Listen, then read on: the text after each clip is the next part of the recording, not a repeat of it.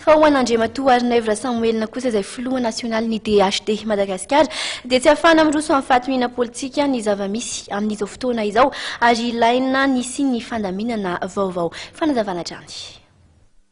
Ny DHD Madagasikara zany dia mametraka fa ifanimorana ny fifidianana eo dia mbola endrika isehoana platrazy ihany.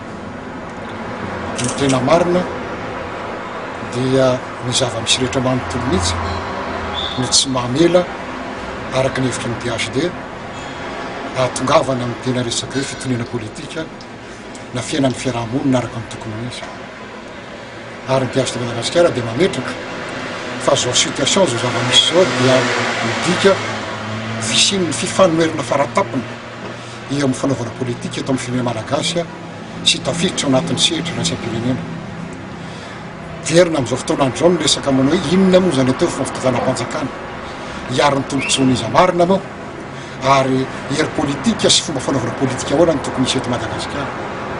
Ary tafiditra ao anatin'izany koa no manao hoe tafiditra ao anatin'ny vahoan'ny géopolitique internationale Madagasikara amin'izao fotoana andreo. Tsy vaovay problème io raha tsy miara-manaiky fa misy fijery vaovao, fandaminana vaovao hitondrana ny endriky ny fiarahamonina misy eto. Ny ahatongavana an'izany dia tsotra ihany fipetrana kiteny farafaratsiny. Voalohany dia hoe tsy maintsy mijoro ao anatin'ny atao hoe esprit de citoyenneté malagasy. Manaiky farafaratsiny fa misy tombontsoa ny fiarahamonina varilavo eto tsy tafavoaka ka miara-manaiky fa zay tombontsoa zay no arovana. Ary ny fampihavanana na fiaraha-mitantana amin'izany dia mirona makany amin'izany. Zany mahatonga ny DHD Madagasikara milaza fa anisan'ny zava-dehibe farafaratsiny samanandrana eo ataon'ny fifikahemina io. Ny anankiray faharoa dia ny hoe miara-manaiky ny rehetra fa ny vahoaka tokony ho balizy ary fany ny fiarahamonina misy eto.